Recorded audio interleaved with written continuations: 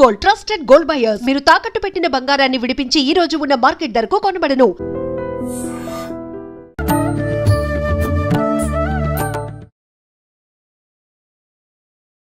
నమస్కారం, welcome to I dream. నేను మీ విజిత. ప్రస్తుతం మనతో పాటు ఉన్నారు ప్రముఖ ఆధ్యాత్మికవేత్త, శ్రీ విద్యా ఉపాసకులు, ఎంతో మందికి మంత్రోపదేశం చేసిన గురువుగారు శ్రీ గురు కరుణామయ్య గారు మనతో పాటు ఉన్నారు. ఇప్పుడు గురుగారితో మాట్లాడి మన సందేహాలన్నింటినీ నివృత్తి చేసుకుందాం. నమస్కారం గురుగారు. శ్రీమాత్రే నమః. గురుగారు, మనకు వారాహి నవరాత్రులు రాబోతున్నాయి.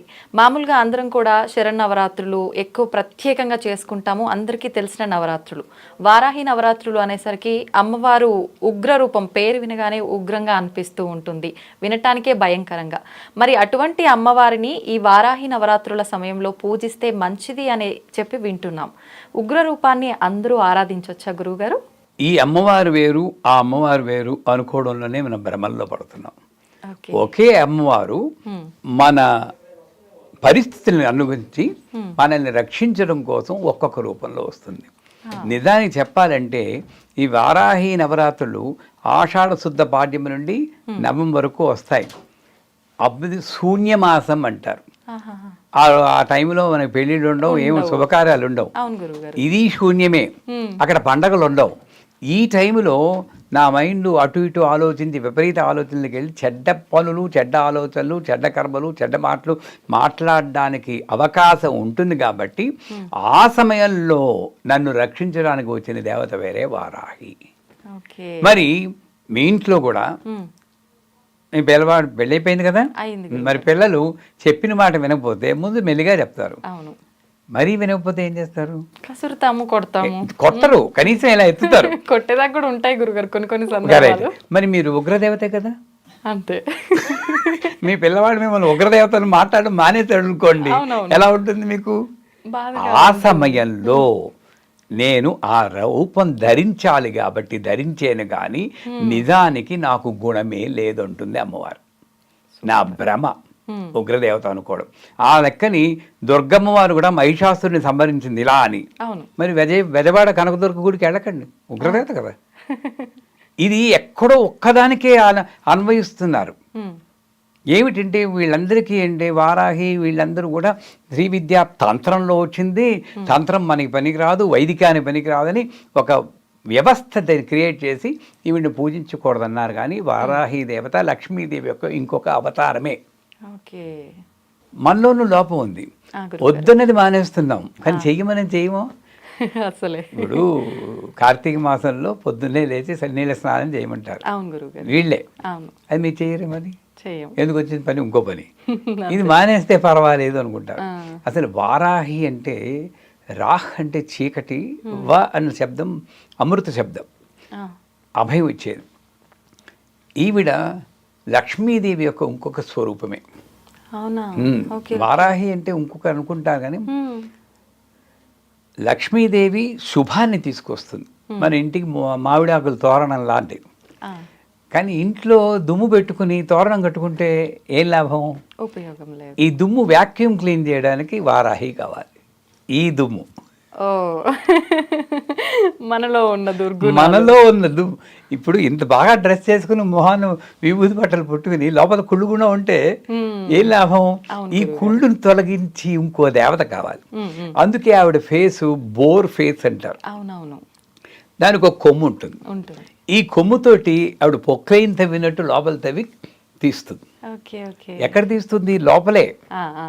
మనం తప్పంటే ఎవరికి ఒప్పుకోడు, ప్రపంచం తప్పని అనుకుంటాం, కానీ ఇది భరించడం కష్టం. వారాహి అమ్మవారు లక్ష్మీదేవి యొక్క, అందుకే శ్రీచక్రంలో కూడా కుడి పక్క కార్నర్లో లక్ష్మి మహాలక్ష్మి అన్న మాతృగా దేవత ఉంటే ఎడమ పక్క కార్నర్లో వారాహి అని ఉంటుంది. ఇక్కడ మంత్రంలో సర్వదుష్ట ప్రదుష్టానాం అని వస్తుంది అనేటప్పటి ఇదో భయంకరం ఉగ్ర స్వరూపం అని. మరి ఆ లెక్కని నరసింహస్వామి ఈవిడ కన్నా మహా ఉగ్రవే కదా. మరి ఆయన్ని మానేయండి, అలా ఎలా కుదురుతుంది? అంత ఉగ్ర స్వరూపం కూడా ప్రహ్లాదుడు ఇలా అనేటప్పటికీ శాంతమయ్యాడు. ఇక్కడ ఏమిటి, ఈవిడ ఉగ్రం దేని మీద అన్నది మనం మర్చిపోతున్నాం. ఆవిడ ఉగ్రం మీ మీద నా మీద కాదు, రాక్షసుల మీద ఉగ్రం. Okay okay. మరి ఒక దొంగాడు వస్తే వాడి నయానా భయానా అంటే కర్రొచ్చుకుంటే కానీ దొంగాడు పారిపోడు. అంతే ఇక్కడ ఉన్నటువంటి కామక్రోధ లోభ మోహ మదవత్తర్లనే దొంగల్ని తరమాలి అంటే వారాహి లాంటి ఉగ్రదేవతే కావాలి. అవును, ఆవిడ నిజానికి ఉగ్రదేవత కాదు, సౌమ్యంగానే ఉంటుంది మనం ప్రార్థించినప్పుడు. అందుచేత వారాహిని గురించి భయపడాల్సిన పని లేదు, ఎవ్వరు చెప్పినా వినకండి. ఈవిడ 3 సందర్భాల్లో మన కలియుగంలో ఇప్పుడున్న పరిస్థితుల్లో 3 సందర్భాల్లో మనకు కావలసిన దేవత వారాహి. అవునా గురుగారు? రాహు దోషం అని ఉంటుంది, మీరు విని ఉంటారు, మీ ఛానల్లో కూడా చాలా మంది జ్యోతిష్కులు అస్ట్రాలజర్స్ చెప్తూ ఉంటారు. ఆ రాహు దోషం ఉందంటే భార్యాభర్తల మధ్య సంబంధం బాగుండదు, దెబ్బలాట్లు వస్తూ ఉంటారు. కరాల భక్తం కరవాల సూలి అని ఆయన వర్ణిస్తాడు. ఎప్పుడు దెబ్బలాటే. ఏమమ్మా బాగున్నావా అంటే కనబట్టం లేదా, అది క్వశ్చనా? ఈ రకమైన యాటిట్యూడ్ రాహు వల్ల వస్తుంది. వచ్చి ఆ దోషం పోవాలంటే రాహు మంత్రం జపం చేయమని కయాన చిత్ర ఆ బహుతూతే అనేదో చెప్పమంటారు. కానీ విపరీతంగా లోనవుతున్నప్పుడు వారాహి రక్షిస్తుంది. సో వారాహి దేవతను ఉపాసనని ప్రార్థన చేస్తే భార్యాభర్తల మధ్య సంబంధాలు బెడిసికొట్టినప్పుడు ఈవిడ పని చేస్తుంది. అంటే భర్తని భార్యని మార్చేస్తుందని కాదు, అడ్జస్ట్ అయ్యి కూడా నేర్పుతుంది. అదే కదా గురువు గారు కావాల్సింది. మనం అడ్జస్ట్ అవ్వలేకపోతున్నాం. 2 క్రానిక్ ఇల్నెస్, దీర్ఘకాల వ్యాధులు ఏమైనా ఉంటే వాటిని ఉపశమనం చేస్తుంది. అందుకే ఈ వారాహి మంత్రాన్ని మా గురువు గారు అమృతానంద సరస్వతుల వారు సర్వదుష్ట ప్రదుష్టానాం అన్న ప్రదేశంలో సర్వరోగ ప్రరోగాణం అని చెప్పి రోగాలను నేను చేసి చూపించారు. 3వది కోర్టు కేసులు. ధర్మం మన పక్కనుంటే, న్యాయం మన పక్కనుంటే వారాహి చదివితే ఆ కోర్టు కేసులో జయమవుతుంది. ఇంత గొప్ప శక్తివంతమైనటువంటి లక్ష్మీదేవిని ఆడు భూ అనేటప్పుడు భయపడిపోయి పక్క వాళ్ళు కూడా చెప్పి అమ్మమ్మ వద్దంటే, ఏమండి నా తల్లి ఎంత భయంకరంగా ఉన్న తల్లే కదండి, నేను ఎక్కడ వదులుతాను ఆ భావన ఉన్నవాడు రామకృష్ణ పరమహంస అలా నరికినా సరే నిన్ను మాత్రం వదలను అన్న భావన వాడికి వారాహిదేవి గొప్ప ఉపయోగం, మంచి శుభాల్ని కలుగజేస్తుంది. మరి ఎలా ఆరాధించాలి గురువుగారు అమ్మవారిని? ఇప్పుడు ప్రత్యేకించి ఒక్కొక్క అమ్మవారికి ఒక్కొక్క ప్రత్యేకమైన స్పెషల్ డే, తిథి కానీ వారం కానీ అలా ఉంటుంది. ఈ అమ్మవారి విషయానికి వస్తే నాకు తెలిసినంత వరకు ఒక తిథి ఇది ఉన్నట్టుగా ఎక్కడ వినలేదు. ఈ ఆషాఢ మాసంలో మాత్రమే నవరాత్రుల టైంలో పూజిస్తారని చెప్పి విన్నాం గురుగారు. నిజమేనా గురుగారు? అది నవరాత్రులు మాత్రమే కాదు, నిజానికి మనం కొంచెం పైకి వెళ్ళి మాట్లాడదాం. అలాగే గురు, ఇక్కడ కాదు, ఇక్కడ మాట్లాడితే భగవంతుడు అనేది శక్తి.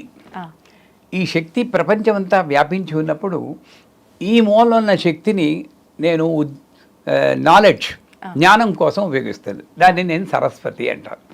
అదే శక్తి ఇటుపక్కకు వస్తుంది, ఫోకస్ కోసం ఉపయోగిస్తాను. దాన్ని ఏమంటారు? గణపతి అంటాం.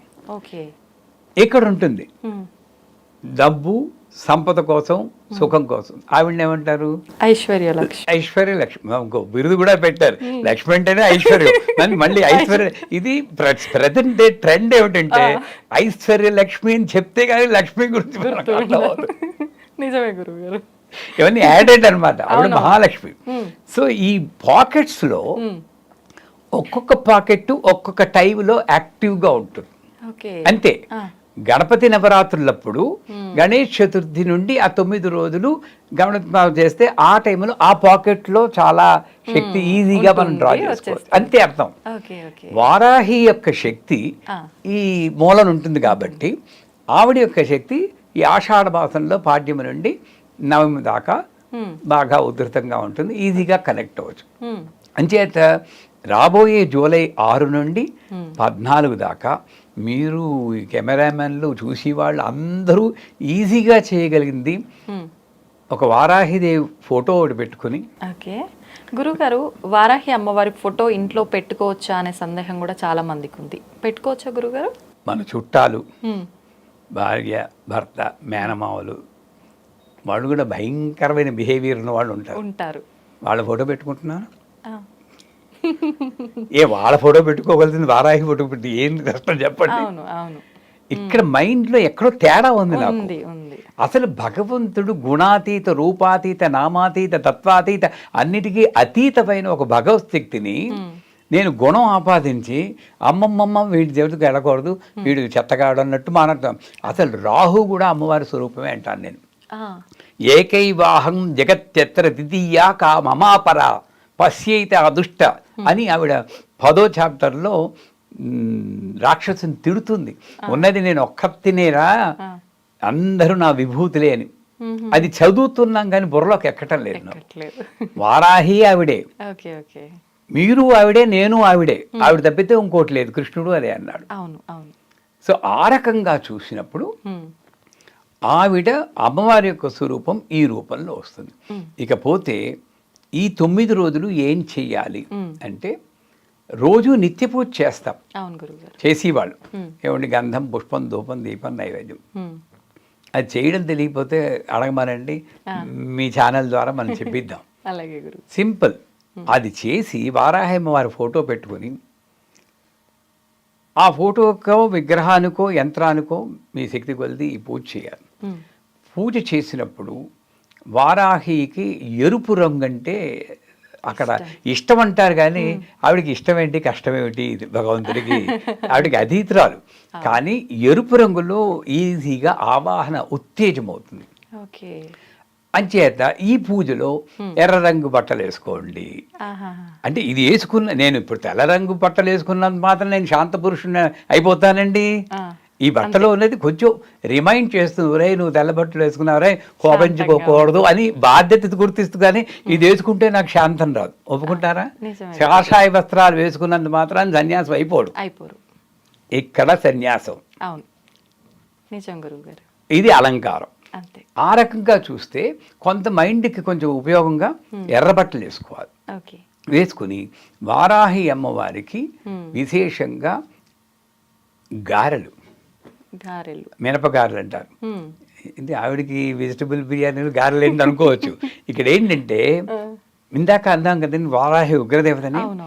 ఉగ్రదేవత మాంసం ఇష్టం కదా, మాంసం పెట్టలేం కదా, మాంసానికి ప్రతీకగా మినప గారెలు పెడతాం. ఆ మాంసం ఏమిటి, అది కూడా ఈ పిక్కు తినేసి మాంసం కాదు. నాలోని అహంకారము, నాలోని కోపము, నాలోని డిప్రెసివ్ ఎన్ని మాంసంతో సమానం. అది నాకు ఒక ఆకారం ఏర్పడుతుంది. ఇవన్నీ తీసేయండి, ఏమీ లేదు. అంచేత ఆ మాంసానికి ప్రతీకగా గారెలు పెట్టి, మరి ఎవరికో కొంచెం భయం ఉన్న వాళ్ళకి దాన్ని కొంచెం తేనేస్తుంటారు, అంటే ఆవిడ కొంచెం స్థలపడ్డం కోసం చేసి, లేదా దానిమ్మ గింజలు నైవేద్యం పెట్టచ్చు. ఏదో ఒక నైవేద్యం పెట్టి అమ్మవారిని పూజ చేయడం.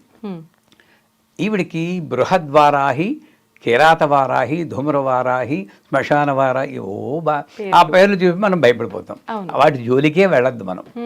లఘువారాహి, బృహద్వారాహి అని 2 మంత్రాలు. ఈ బృహద్వారాహి అన్న మంత్రం మాలాంటి గురువుల దగ్గరికి వెళ్ళి అది తీసుకోవచ్చు, దీక్ష తీసుకోవాలి.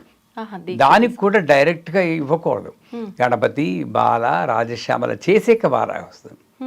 గణపతి మూలాధారం, బాల స్వాధిష్టానం, ఇక్కడ అనాహతంలో రాజశ్యామల, ఇక్కడ వారాహి ఇచ్చేసుకో. లేదు మీలాంటి వాళ్ళు అసలు దీక్ష లేని వాళ్ళు ఐం గ్లౌం వారాహ్యే నమః, ఇది లఘు వారాహి.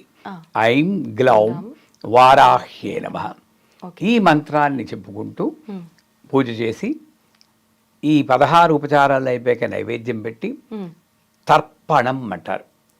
ఈ తర్పణాలు ఏమిటంటే, సాధారణంగా ఈ శ్రీ విద్యలో ఉన్నటువంటి దేవతలకి తర్పణం చేస్తే మంచిది అంటారు. మనకి తర్పణం అనగానే పోయిన వాళ్ళే గుర్తొస్తారు, అదొక విష్ణువరు. కానీ తర్పణాల్లో ఇలా చేస్తే దేవతర్పణం, ఇలా చేస్తే ఋషి తర్పణం, ఇలా చేస్తే పితృ తర్పణం, ఈ ముగ్గురికి ఇచ్చి తర్పణం. బట్ వీటి వెనకాల బ్యాక్గ్రౌండ్ మూలం ఏమిటంటే, తర్పయితి తర్పణం అన్నారు. Expression of gratitude and happiness is తర్పణం. మా తాతగారికి కూడా నేను తర్పణం చేస్తున్నా అంటే, థ్యాంక్ యూ తాతగారు, అమ్మ నాన్న ఇచ్చారు, చాలా మంచి వాళ్ళని, నాకు మంచి జీవితం ఇచ్చారు, థ్యాంక్ యూ. కృతజ్ఞత. గురువుకి థ్యాంక్ యూ, దేవతకి థ్యాంక్ యూ. ఈ ఉగ్రదేవతగా భావించి వారాహికి, అమ్మ థ్యాంక్ యూ అమ్మ, నీ దయ వల్ల కుటుంబం చాలాగా ఉంటుంది తల్లి అని చేస్తే అత్యంత ఫలితాలు వస్తాయి. దానికి ఏమిటి, పంచామృతాలు తీసుకుని, పంచామృతాలు అంటే ఏమిటి, పాలు, పాలు, పెరుగు, పెరుగు, నెయ్యి, చక్కెర, నెయ్యి, తేనె, పంచదార. చక్కెర. పంచదార అంటే చక్కెర, అదే తెల్ల కాగితం పేపర్ లాగా. సో ఇవి తీసుకుని చేతిలో పోసుకుని ఇలా ఐంగ్లం వారాహ్యే నమః తర్పయామ నమః, ఐంగ్లం వారాహ్యే నమః తర్పయామ నమః. సింపులే. అది వదిలితే ఈ పంచామృతాల తర్పణం వల్ల ఈ పంచ ఇంద్రియాలు అదుపులో ఉంటాయి. అవి అదుపులో లేక కదా ఎన్ని కర్మలు అనుభవిస్తున్నాం. ఇవి అదుపులో ఉంటాయన్నమాట. ఆ అదుపులో ఉండడం కోసం పంచామృతాలతో తర్పణం చేసి గౌరీదేవిలాగా చేసుకోవచ్చు. గౌరీదేవికి తర్పణం చేసి ఆ తీర్థాన్ని మనం తీసుకోవాలి. ఈ 9 రోజుల్లో చేస్తే చాలా మంచిది. రోజుకి 108 సార్లు చేయండి, లేదా 16 సార్లు చేయండి. ఎంతో కొంత దేవుడు కూడా అడ్జస్ట్ అయిపోతున్నాడు ఈ రోజుల్లో. నువ్వు చేస్తే చాలు రా నాయనా, నేనేం కండిషన్లు పెట్టను అనే స్థితికి తీసుకొచ్చేస్తాం భగవంతుడిని. బిజీ అయిపోయాం కదా మనం అని చేత. సో భగవంతుడికి కూడా టైం ఇవ్వలేనంత బిజీ. ఇందాక చెప్పారు కదా, రోజు పూజ చేయకూడదు కదండి, ఈ రోజుల్లోనే చేయాలి, ఈ రోజు బర్త్డే వాళ్ళకి అన్నట్లు. అసలు బర్త్డే ఏమిటి భగవంతుడు చెప్పండి, ఆయనకి బర్త్డే ఏంటి, ఆయనకి జోలపాట ఏంటి, ఉన్మేష నిమిషోత్పన్న వివరణ భువనావళి. నువ్వు కన్ను రెప్పేస్తేనే ప్రళయం వస్తుందని ఏ ధైర్యంతో పడుకొని అయినా అంటున్నారు. సో అదంతా ఏంటి, ఒక ఆనందం అంతే. చేత ఈ రకంగా పూజ తర్పణము చేస్తే ఆ ఇంట్లో మొట్టమొదటిది మనశ్శాంతికి లోటు ఉండదు. నెంబర్ 1. నెంబర్ 2, దేహం తర్వాత కర్మలు అనుభవించాలి. ఇప్పుడు 71 ఏళ్ళు నాకు కొంచెం నడుము నొప్పి పెడితే, అమ్మో నడుము నొప్పి అంటే ఏంటి, వచ్చాక ఏదో ఒకటి వస్తుంది. కానీ ఎంత నీకు కర్మలున్నా నిన్ను బాధించకుండా ఉంటుంది. నేను వారాహి అమ్మవారిని మా పీఠంలో ఆల్మోస్ట్ డైలీ ఏదో పూజ చేస్తూనే ఉంటాం, మంత్రం చెప్తూ ఉంటాం. నాతో పాటు వచ్చిన నా శిష్యులు కూడా వాళ్ళందరికీ వారాహి మంత్రం కంఠత వచ్చు, బృహద్వారాహి కూడా. దానివల్ల ఉపయోగం ఏంటంటే, నాకు ఒక 2 ఏళ్ల క్రితం పెద్ద యాక్సిడెంట్ అయింది. అక్కడికి వెళ్ళి వెనక్కి వచ్చేసాం. వెన్నెముకలో 2 రాళ్ళు వేశారు, రిప్స్ విరిగిపోయాయి, కళ్ళు ఓపెన్ అయింది, ముక్కు బద్దలైపోయింది. నేను ఎలా కనబడుతున్నానా, బాగానే ఉన్నాను కదా, ఇలా కూర్చుని నవ్వుతూ మీతో మాట్లాడుతుందంటే నన్ను రక్షించింది అమ్మవారే. ఆ అమ్మవారు వారాహి రూపంలో రక్షించని నమ్ముకుంటాను. ఆవిడ్ని ఉపాసన చేస్తే కానీ నా కర్మ నేను తప్పించుకోలేదు. నన్ను ఏమీ బాధ పెట్టకుండా అన్ని దేశాలు ఇప్పుడు కూడా తిరుగుతున్నాను నేను. అందువల్ల ఈ చూసి ప్రేక్షకులు మీరు కూడా ఈ వచ్చి అవకాశాన్ని పోగొట్టుకోకుండా వారాహి దేవతని జూలై 6 నుండి 14 వరకు యథాశక్తి పూజ చేసి తరించాలని మనవి. ధన్యవాదాలు గురుగారు. తవ్వుతూనే శివలింగం సరే, దాన్ని అట్లా కప్పేసేయండి, చూపించదండి. మూర్తి పూజ కాదు, సాక్షాత్ బ్రజేంద్ర నందన భగవాన్ ఉన్నారు మూర్తిలో. ఏమీ ఆశించకుండా ఆరాధించే వాళ్ళు కూడా ఉన్నారా ప్రభుజీ? నిజమైన భక్తి అంటే మనకు తెలియదు కాబట్టి